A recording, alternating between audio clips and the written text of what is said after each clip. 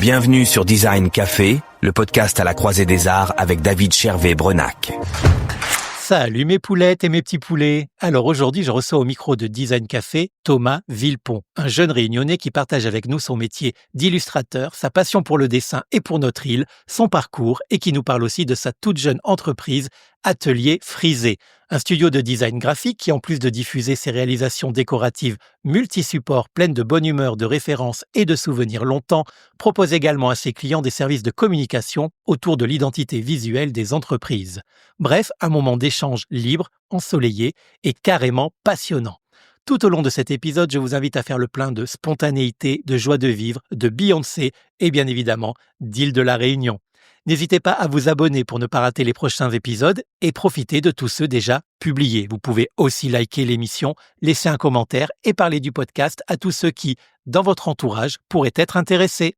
Ça me permet de me faire connaître, de promouvoir Design Café, tout en me faisant évidemment très plaisir. Allez, assez parlé, laissons à présent place à Thomas et à son atelier frisé.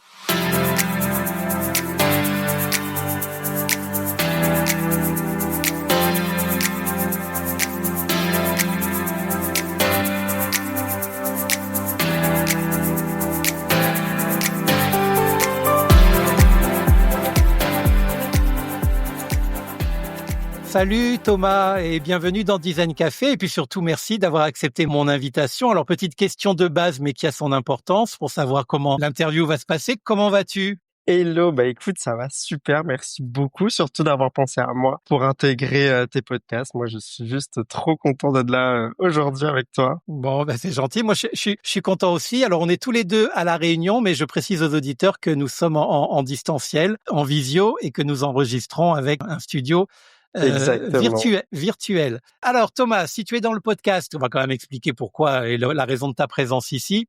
C'est parce que, à l'instar de beaucoup des invités précédents de Design Café, donc j'ai découvert et je me suis intéressé à ton travail que j'ai beaucoup aimé et donc naturellement j'ai eu envie d'en savoir un peu plus pour partager ton univers avec les auditeurs. Est-ce que tu pourrais à ce propos nous dire tout simplement, mais avec tes mots, ce que tu fais professionnellement dans la vie et ce qu'est Atelier Frisé? Yes, bon bah pour résumer, on va dire que l'atelier frisé, moi je dis souvent que c'est une célébration de mon île, donc l'île de la Réunion, où je viens un peu raconter tout ce qui se passe sur mon île avec l'illustration. Donc ce sont des dessins à la main que je vais venir proposer directement à la vente ou pour aider un petit peu la création d'identité visuelle. Voilà.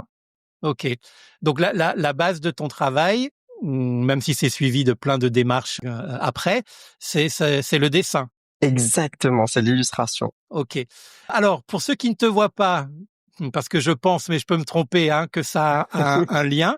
Pourquoi Atelier Frisé? C'est un nom original, hein, qu'on n'oublie pas, qui marque les esprits, mais j'imagine qu'il y a une raison. Exactement. Déjà, je pense que tu as tout résumé. C'est un nom que j'ai voulu que ce soit efficace pour qu'on puisse retenir et aussi que ce soit assimilé à mon image. Et je pense un nom, on oublie souvent, on a un nom d'artiste, il y a beaucoup d'enjeux qui est derrière tout ça. Donc le but, c'est vraiment que ça représente tout l'univers que j'ai envie de proposer. Et ça vient surtout après des années d'études autour du cheveu. J'ai vraiment fait beaucoup d'études pendant mes formations de design autour du cheveu crépus, texturé, à place dans la société. En fait, c'est un peu le résultat de toutes ces recherches et de la manière où maintenant je me réapproprie mes boucles. Donc oui, j'ai une petite afro sur ma tête. Donc je ne m'étais pas trompé. Exactement, voilà, c'est lui. Alors, depuis quand existe ton entreprise, ta société? Enfin, on verra tout à l'heure quelle forme juridique elle a. Quand est-ce que tu l'as créée, Atelier Frisé? C'est tout récent, donc c'était en septembre dernier. Donc là, aujourd'hui, je pense que ça fait 6 mois. Donc c'est encore un petit bébé, l'atelier frisé, et je continue à faire naître l'entreprise Donc, tu es encore dans l'année de lancement. complètement. Là, je suis en full découverte. Et pourquoi et comment est née cette aventure? Pourquoi tu as eu envie de monter cet atelier, cette entreprise et de te lancer? C'est venu, je pense, assez spontanément pour, je dirais, des raisons d'urgence où j'ai voulu rentrer, en fait, à La Réunion, donc sur mon île. Moi, j'ai vécu pas mal d'années en France métropolitaine, donc j'avais envie de revenir et puis malheureusement, sur l'île, ce n'est pas encore vraiment bien développé les métiers autour du design et de la création. Donc c'était la seule solution en réalité qui s'offrait à moi. Donc c'est pour ça que j'aime bien dire que c'était une solution d'urgence où je devais travailler et tout ce qui s'offrait à moi, c'était de créer mon propre emploi. Comme beaucoup le font, et c'est pas une mauvaise idée. Alors ça demande beaucoup de Ouais, courage, de l'investissement, parce que c'est un grand saut, hein. C'est une aventure, comme je le disais, c'est clair. mais c'est une solution. Et puis bon, au moins tu mènes ta barque. Complètement. Et heureusement que bon, j'ai été vraiment bien accompagné dans cette aventure avec mes parents et mon compagnon. On va y revenir. Toi, tu es réunionnais. Exactement. Moi, j'ai grandi à La Réunion, donc dans le nord de La Réunion, et j'ai décidé de quitter mon île à 18 ans. Donc, j'ai vraiment fait toute mon enfance ici. Tu es de quel côté de la Réunion? Donc, comme je le disais, moi, je suis né donc à Sainte-Marie, donc j'ai grandi dans le nord. Pour ceux qui se repèrent pas, Sainte-Marie, c'est vraiment la campagne de La Réunion. Donc, j'étais vraiment au milieu des champs de canne à sucre. Ça va donner des envies de voyage à nos auditeurs qui ne sont pas réunionnais, et puis ça va faire plaisir à tous les habitants de Sainte-Marie. Alors, tu disais que tu en étais parti à 17 ans. Il y a une raison particulière? Ex- Exactement, à 18 ans après le bac, tout simplement parce qu'il n'y avait pas les études de création que je voulais intégrer. Et aussi, comme beaucoup de Réunionnais, c'est une envie de découvrir le monde, d'envie d'aller plus loin que notre petit caillou et de voir un petit peu ce qui se passe ailleurs. Tu disais que tu y as vécu, du coup, suite à ton départ, plusieurs années. Combien de temps ça a duré, ce voyage métropolitain? Enfin, cette vie même, c'est plus qu'un voyage. Oui, finalement, 8 années. Donc, c'est passé assez rapidement, 8 années. J'avais pas vu ça venir et au final, pendant ces 8 années, j'ai essayé de bouger un petit peu dans toute la France. Et tu es revenu pour quoi? Je suis revenu pour une envie de changement. Moi, je trouve ça juste trop chouette de changer, de sortir de ma zone de confort. C'est quelque chose qui me stimule beaucoup de sortir un petit peu de mon quotidien. Donc, c'était une des raisons assez spontanément d'aller découvrir qu'est-ce que c'est que de vivre en étant adulte à La Réunion. Donc, c'était vraiment cette démarche. C'est rigolo, ta réponse, elle est intéressante, mais on aurait pu penser que la zone de confort, c'était plutôt la Réunion et que le défi, Et il était à 17 ans quand tu es parti. Et là, tu dis que quitter sa zone de confort pour revenir à la Réunion, ça veut dire quoi? Ça veut dire que ça représentait un risque?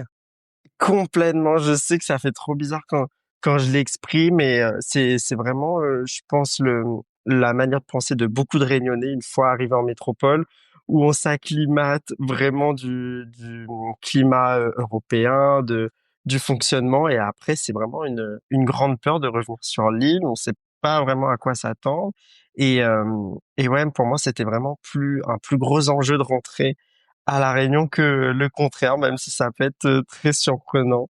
Non, mais tu l'expliques très bien. Je comprends. Puis en plus, 8 ans, c'est même si c'est passé vite pour toi, c'est quand même une période relativement longue. Et Ouais. il s'en est passé des choses à la Réunion en 8 ans. Quand tu es rentré, tu as dû effectivement avoir une petite période d'adaptation, parce que j'ai toujours tendance à dire que la Réunion avance. Et en 8 ans, elle a beaucoup avancé. Quel a été le ressenti quand tu es revenu? Tu as retrouvé des amis, tu as retrouvé des lieux, etc. Mais tout ça avait dû beaucoup changer. Complètement, ça change vraiment très très rapidement ici sur une île comme La Réunion. J'ai eu vraiment la chance de rentrer tous les ans, donc j'ai pu quand même voir une évolution.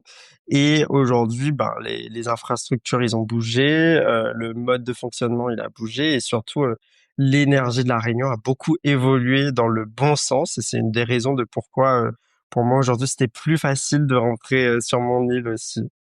Alors, on va rester sur cette période entre la Réunion et la métropole pour parler un petit peu de ton parcours. Est-ce que tu peux nous éclairer sur justement les études que tu as suivies parce que tu avais un objectif, tu voulais évoluer dans un milieu professionnel particulier. Comment ça s'est passé? Donc, j'imagine que c'est post-bac. Oui, complètement. Déjà, j'ai eu la chance d'intégrer directement le bac d'art appliqué qu'on a aujourd'hui à Saint-Pierre, à La Réunion. Donc, j'avais commencé ma formation dans l'art appliqué très tôt. Et ensuite, j'ai continué avec un diplôme dans le design d'objets. Donc le design de produits, c'était à Paris, à l'ENSAMA, donc Olivier de Serres. C'est une école vraiment réputée pour le design de produits. Et malheureusement, ça m'a pas vraiment plu, même si j'ai fini le diplôme. Pour moi, il y avait vraiment pas assez de notions artistiques dans tout ça. C'est pour ça que j'ai évolué dans le design de mode, donc le design textile. Donc là, c'était une école à Lyon, donc la Martinière Diderot, où j'ai passé donc mon diplôme supérieur d'art appliqué de mode à Lyon. Et pour finir, j'avais envie d'un bac plus 5 hein, parce qu'aujourd'hui vraiment bah, les diplômes c'est ce qui fait pencher dans notre société, c'est ce qui est obligatoire donc c'est pour ça que j'ai passé mon master en design de mode et communication à Lyon, ce qui m'a permis d'avoir mon bac plus 5 et un stage de 6 mois. Du coup, je vais poser la question de but en blanc. Tu as toujours su très tôt que tu voulais être dans la création et plus particulièrement dans le design? Dans la création, je pense que oui, mais vraiment, je me suis, je pense, auto-saboté depuis le départ. Je pense comme beaucoup de personnes où on n'y croit pas vraiment. Donc, j'avais commencé d'abord une formation dans la langue, donc dans l'allemand, où je voulais passer mon bac en allemand. Donc, c'était rien à voir. Je pense que je voulais être vraiment l'élève studieux avec des études plus conventionnelles. Donc, au fur et à mesure, j'ai voulu même faire des études donc dans la mode et pareil, je sais pas pourquoi, j'ai d'abord voulu me plier au design de produits. Donc, je pense que dans tout le long de mon parcours, j'ai pas vraiment assumé mon choix créatif. Donc, oui, j'ai toujours voulu être dans la création, mais ça a été un long processus pour l'accepter, on va dire. Et alors, tu parlais de ton premier emploi tout à l'heure, hein. Alors, on va finir sur ton parcours. Quels ont été les différents jobs que tu as exercés donc à la suite de l'obtention? Alors, ça peut être pendant, parce que j'imagine qu'il y a eu des stages aussi pendant ton cursus universitaire et ta formation. Donc, entre les stages et les premiers boulots, quels sont les emplois que tu as exercés avant de te lancer en freelance et la boucle sera bouclée? Yes, bah, moi j'ai d'abord parcouru vraiment le domaine de la mode, donc en étant assistant styliste, assistant textile aussi, donc la création de motifs sur des textiles, où j'ai fait mes premiers pas vraiment dans des maisons de mode à Paris. Et à la suite de ça, c'est vrai que c'était un milieu qui me plaisait pas forcément, avec tous les clichés qu'on a autour du milieu de la mode. J'ai atterri un peu par hasard dans le monde de la maroquinerie. Donc j'ai été 3 ans graphiste chez Lacoste pour la maroquinerie, donc les collections de sacs à main tout simplement et de petites maroquineries, ceintures, où mon job était principalement de créer des imprimés pour les placer sur l'entièreté de la collection. Des imprimés sur les bananes, les sacoches, les ceintures, Et les sacs Lacoste. exactement, et surtout pour les sportifs dans le monde du tennis que je maîtrisais pas forcément au début, mais c'était surtout aussi en lien avec le sport. Et ça t'a plu?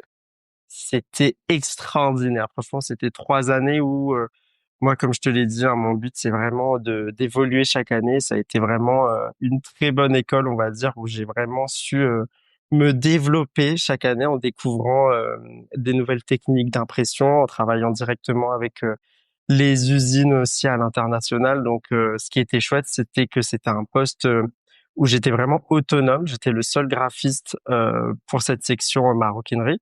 Donc, ce qui voulait dire que je devais maîtriser vraiment l'entièreté des produits, travailler sur tous les projets. Donc, beaucoup d'autonomie. Et donc, ça a été juste génial. C'était en quelle année ça? Donc, c'était, il me semble, de 2021 à l'année dernière, donc jusqu'en 2024. Ah oui, donc c'est très récent, ça précède vraiment ton retour à La Réunion. Exactement, ça a été l'étape juste avant. Là, on est vraiment sur une continuité. Et il n'y avait pas de possibilité de poursuivre? Ça s'est terminé comment? Parce que tu aimais. Oui, Qu'est-ce qui s'est malheureusement. passé? Bah, tout s'est bien passé. Malheureusement, ça reste des métiers où il faut être en connexion avec le produit. Donc, c'est pas le genre de métier où on peut travailler à distance, vu que vraiment on manipule les sacs toute la journée. Donc là, le seul moyen de retourner au soleil, c'était vraiment de quitter l'entreprise en bon terme, bien sûr. Hein. Ça a été vraiment une décision assez triste de quitter tout ce milieu-là, et de quitter mes collègues. Mais je pense que c'est en prenant des risques qu'on peut avoir des choses très cool qui peuvent arriver. Donc là, ça a été un risque. Mais franchement, ça s'est super bien passé. En tout cas, le départ avec l'entreprise, ça s'est fait de manière très, très fluide. Et on est toujours vraiment en contact avec la totalité de l'équipe et ça me fait vraiment plaisir. Alors, j'imagine que ces créations ont été éditées et vendues et qu'on les a retrouvées chez dans les magasins Lacoste déjà, peut-être en vente en ligne et puis dans des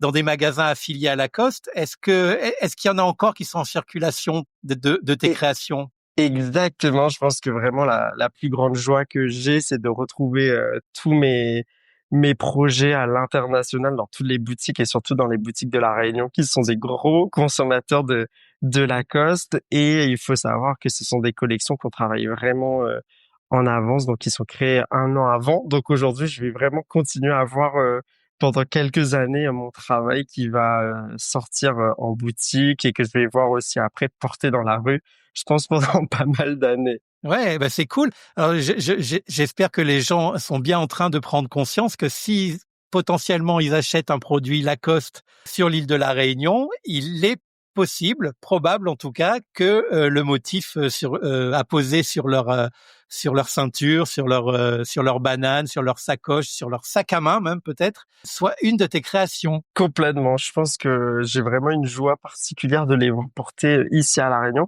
En métropole, ça me faisait pas le même effet, mais depuis que je suis arrivé et que je vois vraiment les Réunionnais avec mes imprimés, vraiment je suis juste trop content. Ah bon, bah c'est génial. Alors là, je pense que tous les gens vont aller dans leur placard chercher leur ceinture, leur ceinture Lacoste ou leur C'est sac à dos clair. et voir si on sait jamais, il n'y a pas un design de ta création. Non, mais c'est cool, c'est le genre de choses qu'on sait pas et en même temps, évidemment que c'est possible. Oui, c'est vrai. Alors, suite à cette belle aventure, tu es rentré à la Réunion, donc pour créer Atelier Frisé. C'est assez récent, mais on peut quand même en parler. Aujourd'hui, comment se passe ta vie d'entrepreneur? Tu peux nous parler un peu de tout, hein, de la création. Tu disais que tu avais été bien accompagné par tes proches, mais j'imagine aussi peut-être par des institutions. Donc la création, la gestion administrative, réglementaire, financière, tout ça. Je parlais tout à l'heure de grands sauts. Tu peux nous en parler? Ouais, ben ça a vraiment été le grand saut, c'est un, un bon terme. En tout cas, j'étais vraiment pas, on va dire que j'étais vraiment, j'avais jamais imaginé en fait être auto-entrepreneur. Hein. C'est vraiment arrivé de manière assez spontanée où j'ai toujours aimé, on va dire le monde du salariat qui me rassurait pas mal.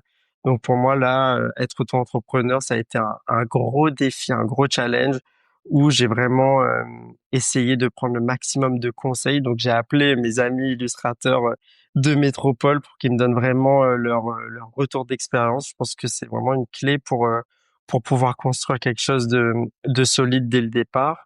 Et aujourd'hui, déjà après 6 mois, je suis vraiment trop content de la tournure que ça a pris. Je suis vraiment fier de voir que j'ai pu déjà réaliser ces 6 mois, comme tu le disais, avec toutes les démarches, pardon, administratives que ça demande et pour moi, ça a vraiment été, ouais, comme je l'ai dit, un gros challenge de mettre ça en place. Heureusement, aujourd'hui, on a vraiment des plateformes qui nous accompagnent et beaucoup de tutos YouTube pour nous aider à réaliser toutes nos démarches en ligne, pour répondre à nos questions.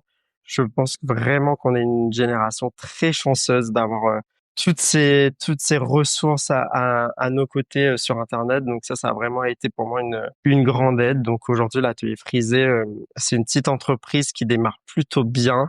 Donc je suis vraiment très satisfait. C'est cool. On est content et puis on va croiser les doigts pour que ça dure et que ça progresse. C'est clair. Alors aujourd'hui, Thomas, tu communiques beaucoup sur une catégorie très ciblée de ton travail, donc on a déjà un petit peu présenté. Il s'agit des illustrations que tu commercialises et on va y revenir. Mais est-ce que c'est les seuls produits, ces illustrations qu'Atelier Frisé propose, ou bien y a-t-il d'autres réalisations ou services que l'on peut trouver en faisant appel à toi?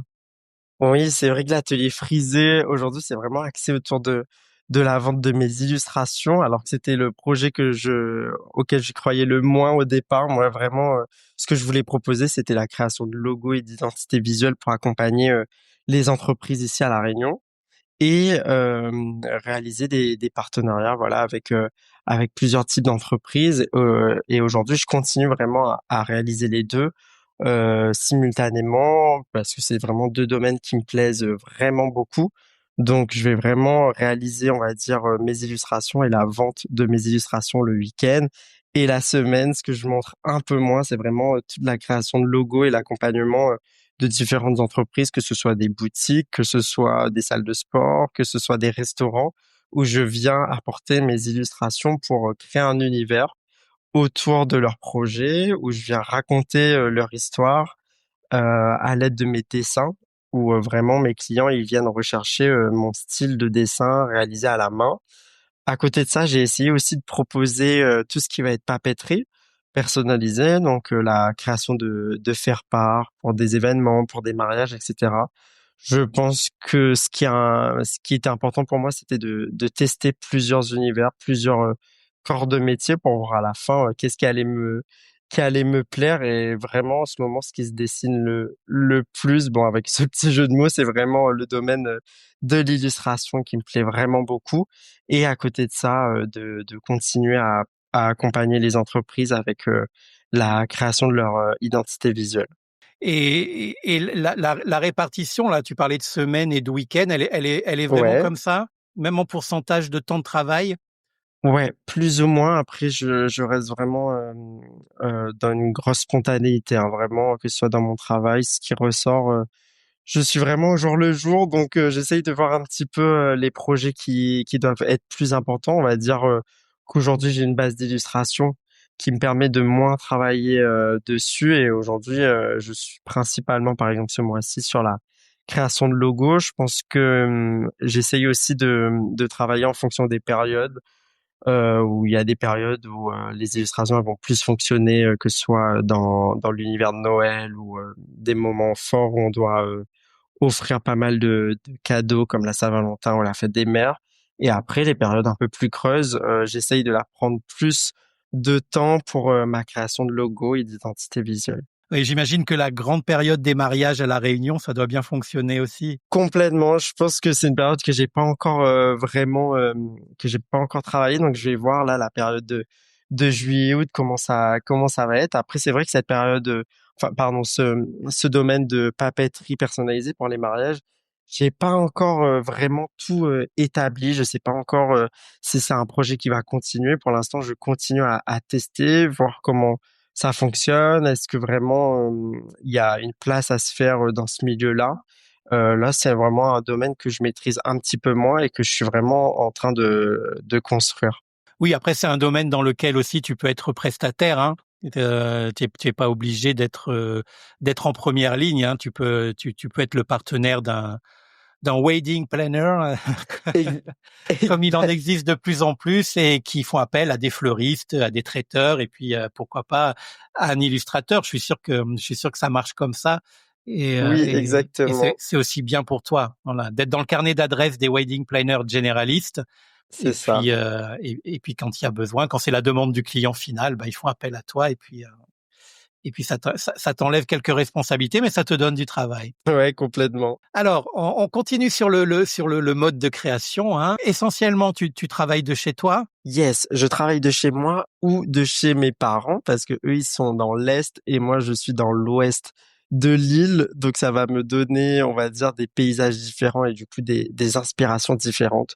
Donc je travaille vraiment, dans ces 2 lieux-là, donc que ce soit chez mes parents ou chez moi. Et alors moi j'ai vu une partie de tes illustrations. Les auditeurs ont certainement vu également ton travail. Et il y a beaucoup d'extérieur, il y a beaucoup de végétal, il y a beaucoup de Ouais, plantes, des fleurs, et puis un petit peu des images. J'allais dire des images d'Épinal, mais c'est pas d'Épinal, des images de la Réunion qui sont très marquantes, comme les cases typiques, etc. ouais, J'imagine que tu complètement. tu dois forcément, alors tu fais appel à ta mémoire, à ce que tu as dans ta tête, mais tu es également beaucoup à l'extérieur. Oui, c'est vrai que je suis beaucoup à l'extérieur pour prendre et puiser l'inspiration. Et j'essaye aussi de me mettre un petit peu en scène en train de travailler à l'extérieur, mais ça, c'est vraiment aussi pour cultiver le fantasme du peintre, du dessinateur qui serait avec son petit carnet en train de vagabonder de partout.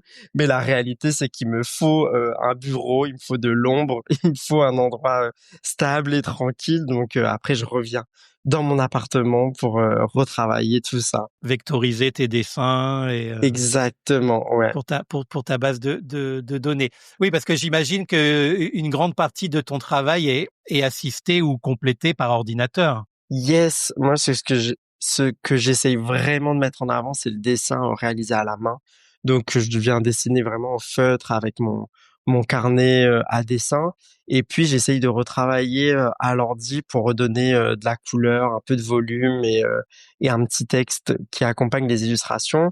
Mais j'essaye vraiment d'avoir le moins de digital possible, on va dire dans le résultat final, qu'on ait vraiment ce côté dessiné à la main qui ressort. De quoi est composé ton matériel? Alors que ce soit en extérieur ou à l'intérieur, hein, matériel, logiciel. Bah, on va dire que j'ai juste quelques feutres et des gros carnets qui viennent m'accompagner au quotidien. Et ensuite, je vais avoir mon ordi portable avec mes logiciels de la suite Adobe. Donc, j'utilise principalement Illustrator pour retravailler tous mes dessins. Dans le matériel que je dirais indispensable, ça reste mon téléphone portable où je viens prendre des photos, des vidéos d'inspiration. Je pense qu'aujourd'hui, c'est peut-être l'outil que j'utilise le plus au quotidien pour trouver de l'inspiration, pour accompagner mes projets, mais c'est à peu près tout. Ben, c'est déjà pas mal. Oui, Faut déjà un petit sac à dos, voilà, c'est clair.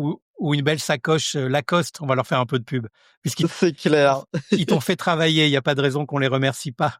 Ouais, c'est vrai. Alors, moi, ce que j'aimerais savoir dans le processus créatif, parce on est dans Design Café, donc autant l'affirmer.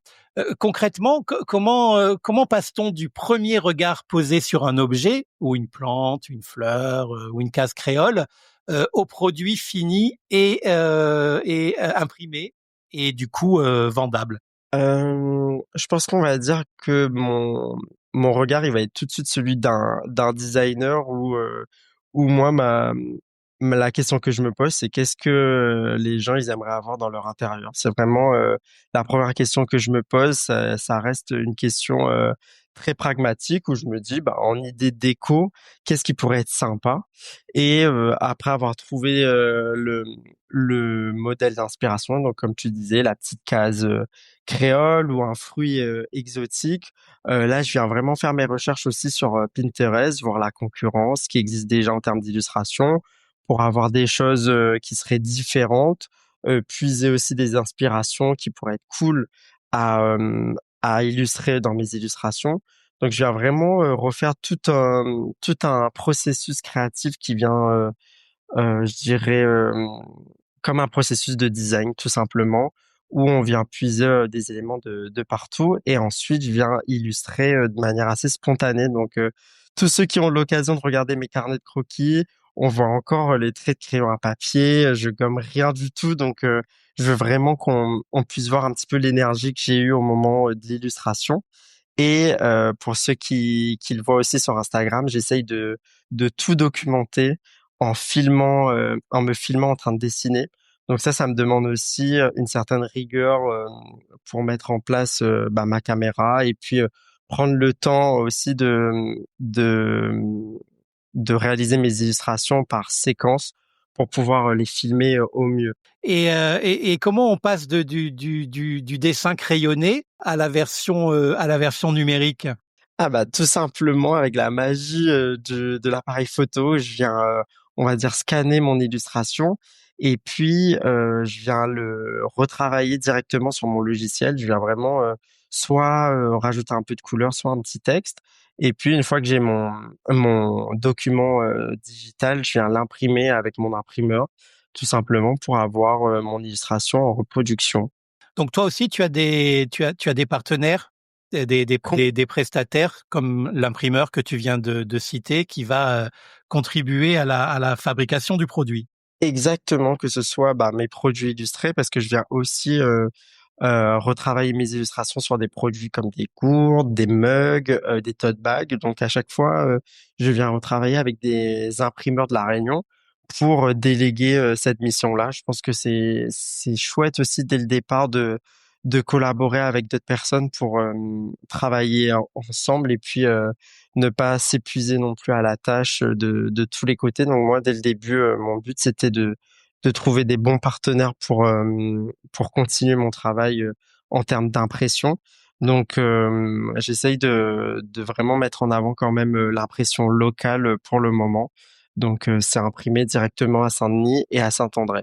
Y compris la collection de produits phares chez Atelier Frisé qui sont les affiches, les affichettes. Exactement. Donc, tout est imprimé à La Réunion et j'essaie vraiment de trouver des petites entreprises qui me permettent vraiment une grosse proximité, vraiment prendre le temps aussi d'avoir de belles rencontres et de vraiment travailler ensemble le grammage du papier, les dimensions que je pourrais apporter. Donc, c'est vraiment une collaboration pour avoir le produit fini. Oh bah c'est bien, du coup c'est un partenariat Complètement. gagnant-gagnant et puis tout ça reste pays, Yes. tout ça reste local. Exactement. Ouais, c'est cool, c'est cool. Petite question qui paraît légère mais qui l'est pas, je sais pourquoi je la pose. Du coup, comment sont organisées tes journées de travail en général? Est-ce qu'il y a une organisation type déjà? Est-ce qu'il y a une organisation type? Pas vraiment. Moi, j'ai vraiment mon calepin avec toutes mes missions à réaliser. Et après, je pense que c'est une chance aussi d'être auto-entrepreneur, c'est vraiment de se laisser guider, de se laisser porter. Moi, je pense que vraiment, il faut prendre aussi cette légèreté-là dans notre organisation où si j'ai envie de faire une pause au milieu de ma journée, je ferai une pause. Et puis, si j'ai envie de travailler tard le soir, je vais vraiment travailler tard le soir. Il n'y a aucun sujet là-dessus. Donc, je vais essayer vraiment de faire les missions qui me plaisent aussi, on va dire, en début de semaine pour que ce soit aussi des lundis agréables. Je pense que vraiment, ce qui passe en priorité pour moi, c'est que ça reste un job agréable où je vais retrouver du plaisir et je pense que ça va être vraiment ma philosophie dans l'organisation de ma semaine et de mes journées. Et la compta et l'administratif le vendredi après-midi. Exactement.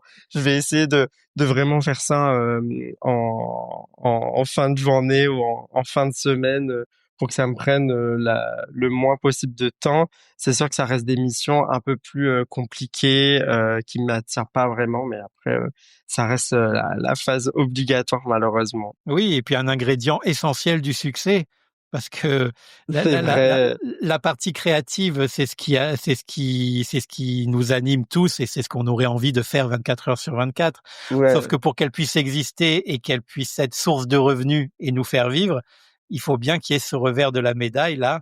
Alors après, il y en a qui adorent ça, hein, mais globalement, c'est pas une généralité.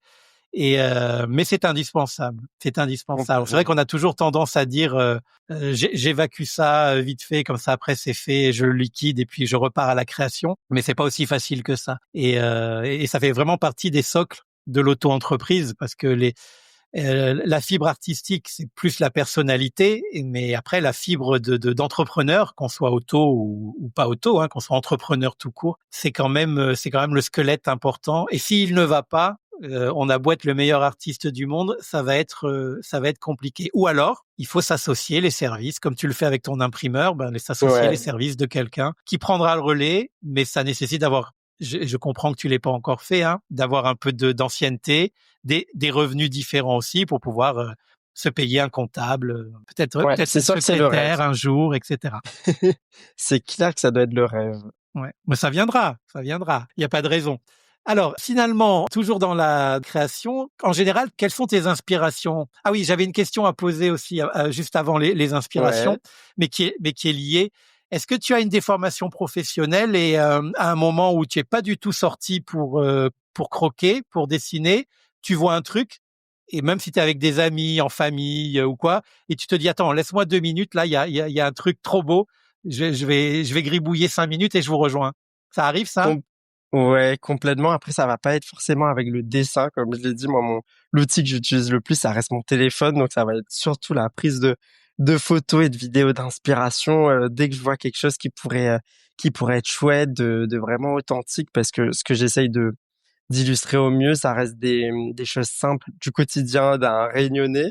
Donc, dès que je vois une assiette, un plat, qui pourrait être une source d'inspiration, je vais venir le prendre en photo et on va dire quasi tous les jours, j'arrive à capturer des photos d'inspiration un peu partout de ma journée. Donc, c'est clair que là, mon téléphone est rempli de photos d'inspiration et surtout, c'est clair qu'avec tous mes proches, ils voient bien que j'arrive pas du tout à me déconnecter de l'atelier frisé en ce moment.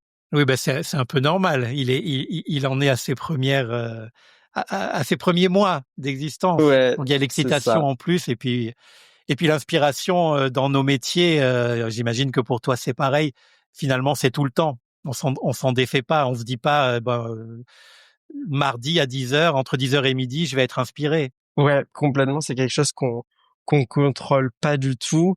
Après, j'essaie quand même le week-end, quand j'ai pas d'événements de vente, etc., de me couper au mieux que je puisse pour avoir une petite pause. Et pareil, hein, moi, je suis vraiment dans tout ce qui va être agréable dans l'auto-entrepreneur, c'est aussi de pouvoir faire une pause quand on le souhaite. Donc, j'essaye au mieux de me détacher de tout ça le week-end. Oui, et puis il y a une vie de famille aussi qui doit venir prendre le relais C'est ça. pour équilibrer ta vie en général. Donc jamais de panne d'inspiration pour l'instant, Non, pas d'angoisse de la feuille blanche, tout va bien. bah pas du tout, parce que moi je pense qu'une notion aussi qu'on apprend dans nos études de design, c'est de créer de l'inspiration. Vraiment, je pense que les artistes, ils peuvent avoir des pannes d'inspiration, mais pas les designers, parce que vraiment, on est formé à créer des idées. On est formé à avoir un processus pour trouver de l'inspiration. Donc, j'ai pas de crainte non plus dans la perte d'inspiration, parce que c'est vraiment quelque chose que j'ai appris en 5 ans de formation, de trouver des moyens, d'avoir des outils pour trouver des idées et toujours pouvoir se renouveler. Donc là-dessus, j'ai pas vraiment de crainte en toute honnêteté. Tant mieux, tant mieux.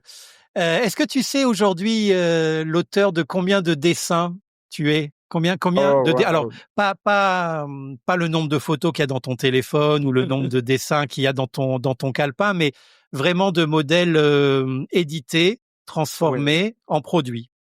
Ouais, je pense qu'on est à 20 illustrations et j'essaye au mieux de réduire aussi mon catalogue pour pas m'éparpiller. Donc là, par exemple, j'ai réalisé des nouvelles illustrations. Donc par la même occasion, je viens supprimer aussi des illustrations de mon catalogue, les illustrations tout simplement qui fonctionnent le moins bien. Je viens les enlever ou sinon les illustrations qui me parlent déjà plus, je viens les supprimer de mon catalogue pour avoir vraiment quelque chose d'assez concis, synthétique, pour que je ne m'y perde pas et que pour que tout simplement le client non plus s'y perde pas. Que tu pourras ressortir dans 40 ans quand tu auras une capsule vintage, Exactement, une version atelier frisé collector. 2025 réédition.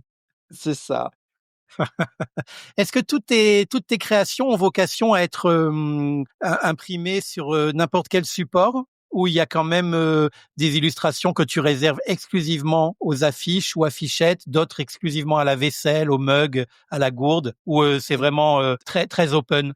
Non, exactement. Ça reste très exclusif en fonction des produits. Bah, par exemple, sur ma tasse, je vais avoir l'illustration café grillé qui vient parfaitement avec la tasse. Sur ma gourde, je vais avoir une illustration moins la soif. Et sur mes lunchbox, je vais avoir l'illustration Kosan Napomanzé avec la petite marmite. Donc à chaque fois, on va dire que l'illustration vient parfaitement se coller au produit. Et c'est pareil pour les affiches. Et je pense aussi qu'il faut avoir une certaine stratégie en tant qu'illustrateur pour vraiment faire vendre tout simplement, avoir des Mhm. exclusivités sur certains produits, sur mes certains formats également, où je vais essayer aussi de jongler entre mes best-sellers pour pas non plus. C'est aussi des notions que j'ai appris, on va dire, chez Lacoste. Hein, c'est vraiment comment avoir de la demande et essayer d'avoir une certaine exclusivité sur ce que je propose tout simplement. Donc pas de mangue la cour sur une tasse. Pour l'instant, non. J'essaie vraiment d'avoir certaines règles. Oui, bon, bah, c'est bien, c'est bien. Et puis c'est clair pour le client aussi, du coup. Ouais, exactement. Et ouais. Est-ce qu'il y a des personnalités ou des modèles dans ton métier ou même en dehors de ton métier, soit qui t'ont donné envie de faire ce métier, soit qui t'inspirent au quotidien, que tu admires? Connus ou pas Alors, connus, hein, les auditeurs feront des recherches si on connaît pas. je pense que pour tout le monde, ça va être une évidence, mais c'est Beyoncé, rien à voir. Mais une chanteuse, pour moi, c'est Beyoncé Ah qui oui, m'a toujours inspiré. Pour ceux qui ne le savent pas, je suis un fan absolu depuis très jeune. Et ça peut paraître fou, mais ça reste une personnalité qui vient m'inspirer dans ma manière de travailler, dans ma philosophie de tous les jours et qui vient me motiver à tout simplement, que je le disais, à sortir de ma zone de confort, à tester de nouvelles choses, à avoir une certaine régularité. Donc ouais, pour moi, ça va être source d'inspiration, mais claire et nette. d'accord. Oui, bah il y a pire. Mais même en termes de succès, il y a pire. Ah ouais, non, mais complètement. Là, je pense que je vise les sommets en pensant à Beyoncé. Bah, c'est très bien, c'est très bien. Alors aujourd'hui, tu dirais, Thomas, que tu fais exactement ce que tu as envie de faire professionnellement? Tu as atteint ton but ultime ou seulement une étape dans un parcours que tu vois plus grand? Pour l'instant, je dirais que oui, j'ai accompli ce que je voulais réaliser. Je suis vraiment dans une philosophie où je me dis que je suis jamais dans une étape de transition vers quelque chose de mieux. J'aime bien me dire que je suis déjà au bon endroit, au bon moment. Donc pour l'instant, je profite pleinement de ce que je produis. Je suis juste 100% satisfait de ce que je propose et de ce que ressemblent tout simplement mes semaines, comment je réalise mes illustrations. C'est vraiment un domaine où je m'épanouis à 100%.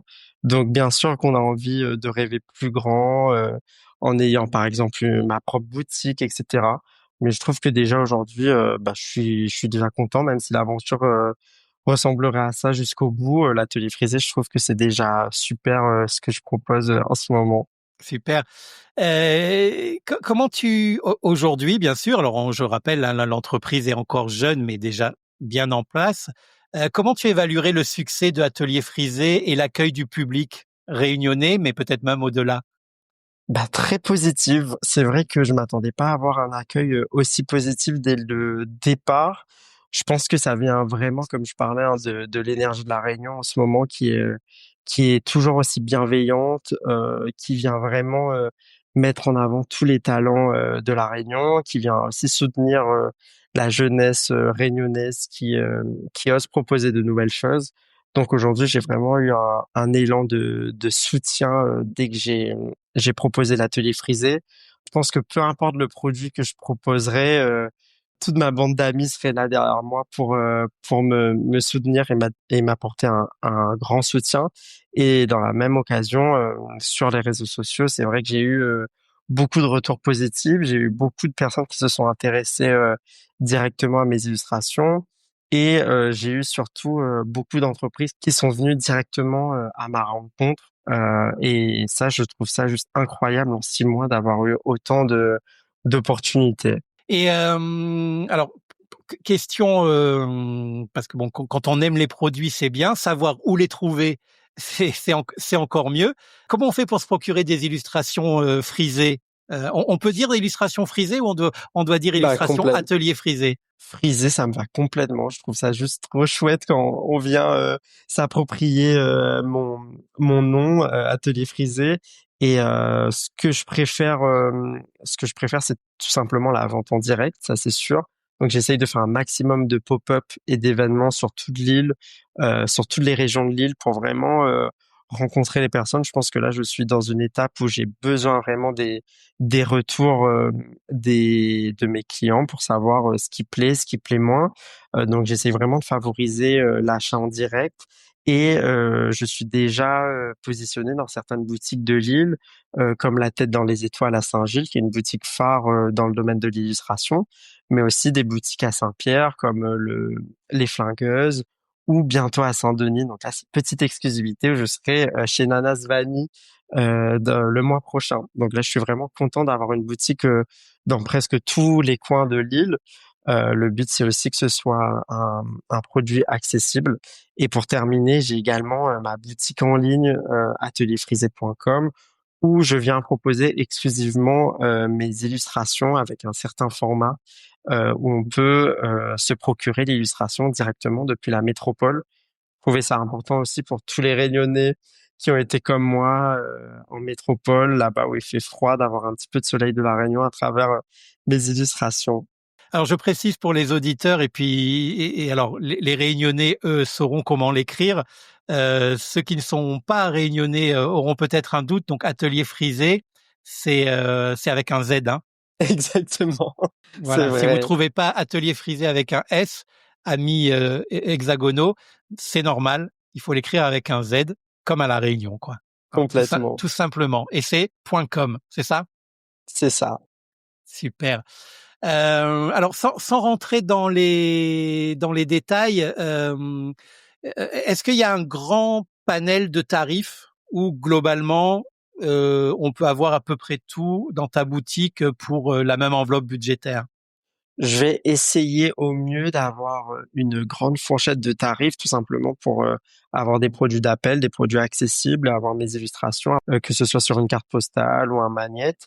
Le but, c'était vraiment d'avoir des petits prix aussi pour tout le monde. Et on va dire que mon prix le plus haut, ce sera 45 € avec une illustration déjà encadrée. Donc, au fur et à mesure, j'essaye d'apprendre aussi à me positionner, à trouver le bon tarif. Je pense que ça reste une problématique pour un auto-entrepreneur qui se lance, surtout dans le domaine artistique, de trouver le bon tarif, le juste prix pour pouvoir être bien rémunéré et d'avoir un produit assez accessible. Donc c'est quelque chose que j'apprends. Donc mon prix continue d'évoluer au fur et à mesure où j'apprends aussi à trouver le bon tarif. Mais en tout cas pour l'instant, on retrouve vraiment plusieurs tarifs selon les produits, selon les dimensions. D'accord. Alors tu nous as parlé du tarif le plus élevé qui moi je trouve est totalement correct quand on sait le travail que ça représente et tout ce qu'il y a comme investissement et comme démarche artistique mais aussi matérielle derrière. Et le prix le plus bas du coup, à partir de Mais quel tarif on peut s'offrir un produit, une illustration frisée? bah, ce sera à partir de 5 €. Donc 5 €, on aura une carte postale ou on aura un magnète de l'atelier frisé. J'essaye de pas descendre non plus plus bas parce que je sais très bien que beaucoup de mes clients, parfois, ils viennent acheter juste pour avoir un petit souvenir ou pour me faire plaisir directement. Donc j'essaye d'avoir quand même un prix plus bas de 5 € pour que je sois rentable hein, au maximum. Oui, bah oui, j'imagine. Tu dirais aujourd'hui que tu vis de ton art ou pas encore complètement? Alors je parle pas de Lacoste, hein, je parle bien d'aujourd'hui à La Réunion avec Ouais. l'atelier frisé.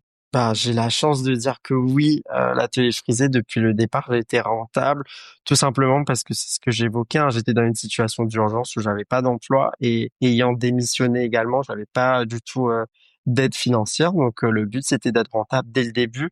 Donc la solution ça a été de démarcher au maximum le maximum de clients, d'entreprises potentielles, d'essayer de m'étendre aussi avec différents pop-up et marchés pour me faire connaître.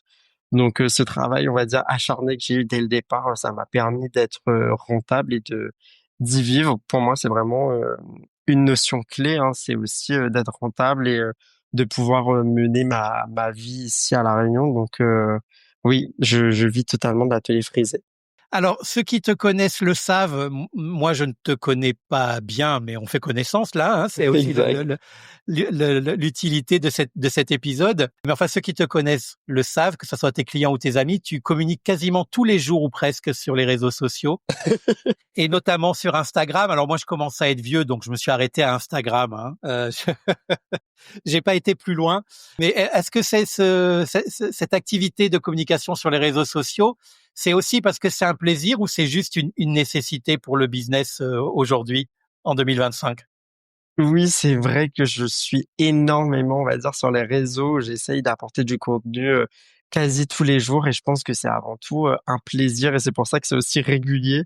J'ai eu vraiment Instagram très très jeune, on va dire depuis 2013, donc ça fait très très très longtemps que j'ai eu Instagram. J'ai vraiment grandi avec cette application, donc aujourd'hui c'est vraiment très naturel pour moi de partager mon quotidien, de partager mes illustrations. Et comme tu l'as dit, aujourd'hui ça reste assez primordial d'avoir les réseaux sociaux pour pouvoir me faire connaître, pour montrer ce que je suis capable de réaliser. Et j'ai eu énormément d'opportunités aussi grâce aux réseaux sociaux, des entreprises qui ont pu me trouver, des clients également qui ont pu me découvrir grâce aux réseaux sociaux. Donc, je suis vraiment chanceux d'avoir cette facilité à poster du contenu, à poster des vidéos, et j'ai pas du tout de complications pour me montrer, me mettre en scène, parce que je suis tout simplement d'une génération qui a beaucoup de facilité avec les réseaux sociaux. Après, je suis aussi comme toi où j'ai moins de facilité, par exemple sur TikTok ou d'autres plateformes. Donc aujourd'hui, ça reste un frein, hein, je le vois déjà d'avoir moins de facilité sur TikTok parce que ça reste des plateformes où qui nous permettent en tout cas beaucoup de visibilité.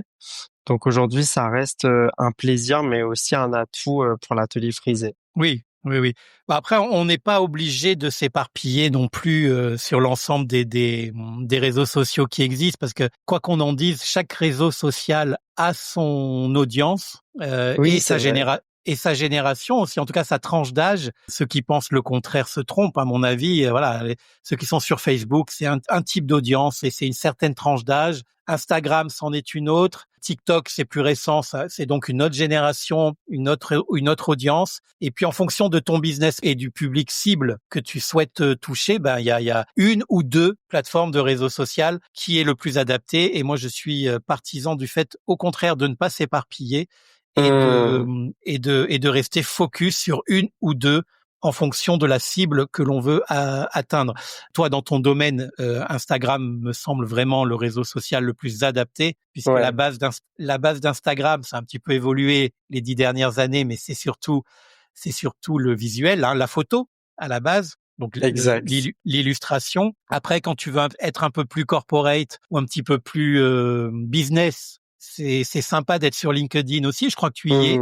Ouais, un peu moins Mais ça, c'est régulier, mais oui. oui, mais c'est pour envoyer d'autres messages, plus business, pour une génération différente, en tout cas avec des objectifs différents. Et puis c'est déjà pas mal quand tu es présent régulièrement sur deux réseaux sociaux, c'est pas mal. Et puis faut bien connaître aussi sa cible. Est-ce que les clients sur TikTok, enfin est-ce que les followers sur TikTok sont forcément des clients potentiels?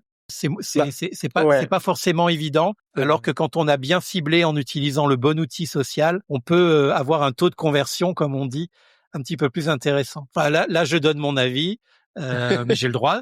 C'est mon podcast Complètement. et c'est ce que je pense. Voilà. Je sais pas quel avis tu as sur le sujet, mais voilà. Moi, je suis pas pour Oui, oui. l'éparpillement, pardon, n'importe quoi, l'éparpillation. Je suis pas pour l'éparpillement. Je suis pour l'efficacité. Voilà, le Ouais, ciblage, je te c'est très rejoins. important. Le ciblage. Ne nous dispersons pas. Ne multiplions pas les contenus. Bon, en plus, ça prend du temps, hein. C'est vrai. Et concentrons-nous sur l'essentiel. Voilà, c'est dit. Tu as tout à fait raison. Tous ceux qui ont envie de découvrir l'univers de Thomas et de l'atelier frisé, vous pouvez aller sur son Instagram. Le compte est très sympa. Thomas, on arrive, dis donc ça passe vite, hein, ça fait déjà bientôt 1 heure qu'on Waouh. discute. On arrive à la partie de l'émission et des questions que j'aime bien. Donc c'est les questions en rafale et mélangées. Donc ça Yes. conclut un petit peu l'épisode. Alors toujours en deux parties, hein. La première où je te pose des questions et tu réponds de façon courte et je peux réagir. Et puis la Ok. deuxième où le procédé sera le même. Question courte, réponse courte, mais là je ne peux pas réagir. Tu me dis quand Waouh. tu es prêt et puis et on est parti. Bah, c'est tout bon pour moi. C'est parti. Alors, on commence. Thomas, existe-t-il un type de réalisation ou de projet sur lequel tu adorerais travailler? Sous-entendu que ce n'est pas encore le cas. La maroquinerie. C'est sûr que ce soit des sacs à main. D'accord. Illustrés, bien OK. sûr. Des sacs à main O illustrés. OK. Mais avec l'identité frisée. Exactement. Une idée reçue, Thomas, qui t'énerve à propos de ton métier? Que je fais que du coloriage toute la journée. Ça, c'est ce que je peux entendre.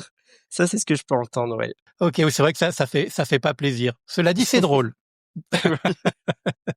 Tu peux surfer. C'est une idée sur laquelle tu peux surfer pour communiquer. C'est ça. Une valeur qui définirait le mieux ta façon de travailler. Valeur qui définirait mieux. Je sais pas si c'est une valeur, mais en tout cas avec beaucoup de positivité. Je pense que c'est ce que j'essaye de mettre au mieux dans toutes mes créations. C'est vraiment la positivité et un côté très solaire dans tout ce que je propose. Et l'enthousiasme aussi, on l'entend. Exactement. Où est-ce que tu te vois, Atelier Frisé et toi, dans 5 ans? Où est-ce que je me vois? Je pense que je me vois bien avec une petite boutique Atelier Frisé quelque part à La Réunion. Ça pourrait être trop sympa. Bon, on prend note, on vérifiera en 2030. C'est clair. Ça nous donnera une occasion de reparler à nouveau ensemble. Ouais. Est-ce que tu as identifié des confrères ou des concurrents sur l'île? À des confrères, mais il y en a tellement, vraiment, le domaine de l'illustration, aujourd'hui, c'est vraiment ce qui fonctionne beaucoup à La Réunion. Donc, il y a vraiment beaucoup de talents ici qui m'inspirent beaucoup, que ce soit dans leur parcours ou dans leur réalisation. Donc, ouais, beaucoup, beaucoup, en tout cas, de collègues illustrateurs. Plus précisément, est-ce qu'il y en a d'autres qui, comme toi, aiment représenter les petites images longtemps? En tout cas, les images longtemps, c'est pas le bon terme. Les images qui évoquent des choses aux gens, des petites madeleines de Proust comme les fruits, les fleurs, la case, la marmite, etc. Ou tu es le seul actuellement à bosser Je dans cette direction artistique? je pense qu'on est plusieurs à avoir les mêmes sujets, mais comme tu le disais, peut-être pas dans la même démarche où moi c'est vraiment axé sur des souvenirs pour avoir cette émotion qui est provoquée avec l'illustration. Pour l'instant, c'est vrai que ce qui me permet de me différencier, on va dire. Quel est, Thomas, le plus beau compliment, alors soit que l'on t'ait déjà fait, soit que l'on puisse te faire à propos de ton travail? Bah, comme je te le disais, hein, c'est dès qu'on me partage des anecdotes liées à mes illustrations ou mes illustrations rappellent des souvenirs, viennent vraiment rappeler la petite case longtemps de la grand-mère, des choses comme ça, où vraiment ça vient se relier avec des histoires et des souvenirs de la Réunion. Je pense que c'est ce qui me fait le plus plaisir à chaque fois. Quand je discute avec toi, là, il me vient parce que tu as quand même passé 8 ans en métropole, Yes, mais tu es réunionnais, donc réunionnais ouais. un jour, réunionnais toujours. Mais quelle est la part de métropole que tu as ramené avec toi d'un point de vue artistique ou plus largement professionnel? Hmm. Trop bonne question. Oui, elle n'était pas prévue, je m'excuse. Ouais, bah ouais, non, mais c'est trop bien. C'est une super question, mais waouh, elle est super pertinente. La part de métropole que j'ai ramenée. Bah, je répondrai l'ouverture sur le monde dans mes inspirations. Vraiment, j'ai vraiment appris à ne pas m'enfermer, même si on parle de produits réunionnais. Je pense que ça reste des produits qu'on peut retrouver partout dans le monde. Donc, j'essaye de voir d'autres pays, ou par exemple, comme illustration de l'avocat, ben, de voir aussi comment c'est représenté tout simplement en Amérique du Sud, par exemple. Donc, c'est vraiment ce que j'ai appris avec la métropole, c'est d'être ouvert au plus au monde pour mieux raconter après notre île. Ok, bah c'est déjà pas mal. Ouais. Alors maintenant, je ne peux plus réagir, Thomas. Je te pose Waouh. des questions, j'écoute tes réponses et, Ok. et, et, et on n'est pas dans le jugement. Je ne dis rien du tout. Trop bien. Alors attention, ça va aller quand même assez vite. Tu es prêt? Yes. Allez, c'est parti. Ça doit rester drôle, hein, de toute façon. Tu es plutôt type ponche, planteur, rhum arrangé ou jus de fruits frais? Ah bah clairement jus de fruits frais. Oui, je serai dans cette team-là. Ok. À La Réunion, sud, nord, est ou ouest? Ouest. Franchement, même si j'ai grandi dans le nord, les plages, c'est ce qui me fait le plus plaisir en ce moment. Ta couleur préférée? Je dirais le beige. Je suis vraiment dans la team nude et neutre. J'ai dit que je réagissais pas, mais je me, je Je, me mords je la vois à langue. ta tête. Je connais déjà ton avis avec tes différents podcasts. Hein. Je connais ton avis, mais ce sera neutre, nude, tout beige, comme dans mon intérieur. Allez, on passe à la suivante. Là, on sera peut-être plus d'accord. Ton plat préféré? Ah, je pense que ça va être un bon cabri massalé, clairement. Donc là, je peux pas réagir, mais les auditeurs, si vous connaissez pas, vous irez chercher. Croyez-moi, ça vaut le coup. Ouais. Euh, et avec ça, donc piment ou pas piment? Pas piment. Non, je vais pas prendre ce risque. Lève tôt ou couche tard? Couche tard, mais à 100%. C'est là où je travaille le plus, j'ai l'impression. Crayon et calepin ou palette graphique? Ah bah, clairement, crayon et calepin, c'est un peu ma marque de fabrique maintenant pour l'atelier frisé. Illustration blanc sur fond coloré ou coloré sur fond blanc? Toujours coloré sur fond blanc. Vraiment, c'est ce qui me plaît le plus. On reste à La Réunion, mais ça serait valable aussi ailleurs, hein. Battant des lames ou sommet des montagnes? Ah, je dirais bâton des lames, vraiment. Lorsqu'on parle de toi, tu préfères qu'on dise illustrateur, dessinateur ou designer graphique? Waouh! J'ai envie de dire un peu de tout. J'ai pas du tout envie de choisir une option, mais si c'est à choisir, j'aurais dit quand même illustrateur. Je trouve ça canon, juste de le dire, illustrateur. Thomas illustrateur, je trouve ça chouette. Lors d'un repas entre amis, plutôt resto ou à la maison? Bah, ce sera toujours resto. Vraiment, j'adore découvrir à chaque fois de nouveaux endroits, surtout à La Réunion. Les restos sont juste incroyables à chaque fois. Alors c'est pas une réaction, mais c'est une nouvelle question. C'est parce que Yes. tu ne cuisines pas? Ah si, je cuisine, mais c'est surtout parce que mon appartement est tout petit pour recevoir. Vraiment, ce sera pas possible. Et quand tu cuisines, c'est quoi ton plat signature? Mon, J'adore mon, prononcer cette phrase. C'est quoi ouais, ton plat signature? c'est trop beau parce que vraiment la signature, elle sera pas folle.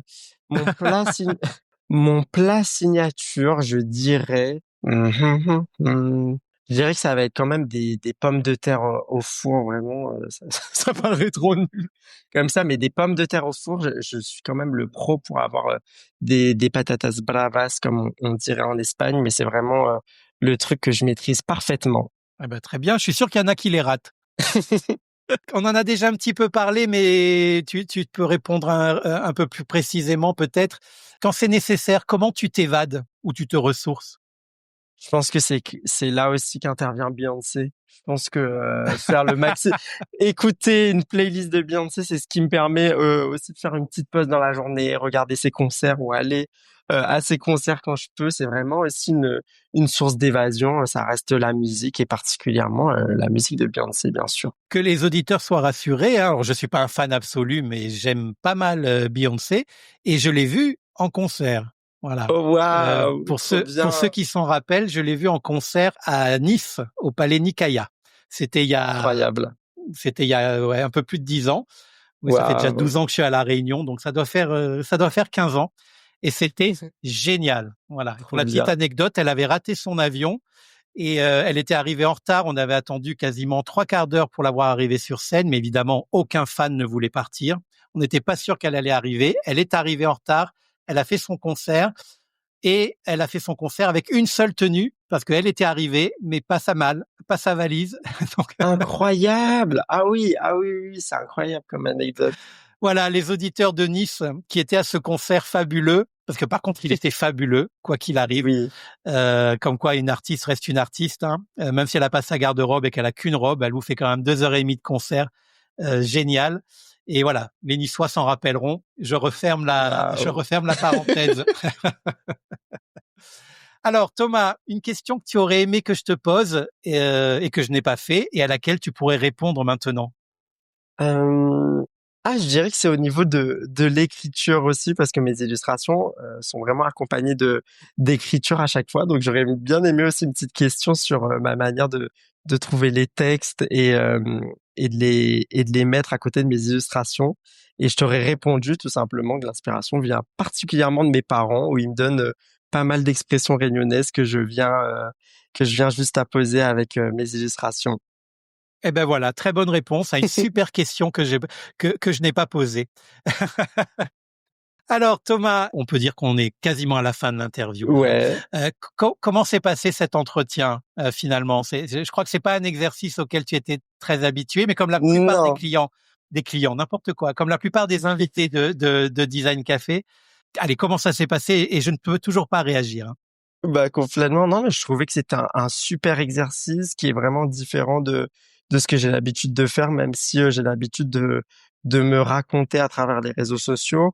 à avoir aussi cette conversation-là. Je trouvais ça assez chouette et ça m'a permis aussi moi-même de repenser à ma manière de procéder, à prendre aussi du recul sur l'atelier frisé. Je trouvais que c'était un très bon moment. Encore merci. Un plaisir qui était complètement partagé et j'espère qu'il le sera aussi par les auditeurs et les abonnés fidèles de Design Café Podcast. On va terminer en répondant à une question qui est essentielle, mais qu'on pourrait oublier, et moi je ne veux pas l'oublier. Comment les clients peuvent-ils entrer en contact avec toi, que ça soit pour un projet, une idée cadeau, pour découvrir ton univers, tes réalisations, tes créations et faire appel à tes services ou plus encore? Je dirais que la manière la plus simple, ça reste à travers mon Instagram, donc Atelier Frisé, donc atelier.frisé avec un Z. Et la manière plus conventionnelle, c'est directement avec mon site internet. Il y a une rubrique contact, donc sur atelierfrisé.com. Et pour ce qui est des événements auxquels tu participes ou que tu organises, on retrouve toujours le calendrier de tes expositions, enfin ou de tes pop-up, de tes participations, également sur ton Instagram, hein. Exactement. Eh ben écoute Thomas, je vais le redire, mais c'est sincère, j'ai passé un excellent moment en ta compagnie. J'étais très heureux de faire ta connaissance et de découvrir ton travail, la façon dont tu travailles et ton univers. Donc je te remercie pour ça très sincèrement d'avoir libéré du temps pris sur le travail, j'imagine. Donc c'est vraiment très gentil et c'était super. Ben merci à toi et c'est toujours un plaisir d'avoir du contenu autour du design et de la création à écouter. C'est vraiment trop cool ce que tu proposes. Donc merci à toi. Je te souhaite une très, très bonne fin de journée et puis merci aussi aux auditeurs hein, d'avoir écouté cet épisode jusqu'à la fin. Comme je le dis toujours, vous n'y étiez pas obligés, mais ça me fait plaisir. Si vous avez aimé le travail de Thomas, retrouvez-les sur ses réseaux sociaux. Et puis si vous avez aimé plus particulièrement l'épisode et que vous aimez le podcast, n'hésitez pas à lâcher des commentaires, à mettre des étoiles et puis à vous abonner pour ne pas rater les prochains épisodes. Merci encore Thomas, à très bientôt. Au revoir à tous et merci. Trop bien.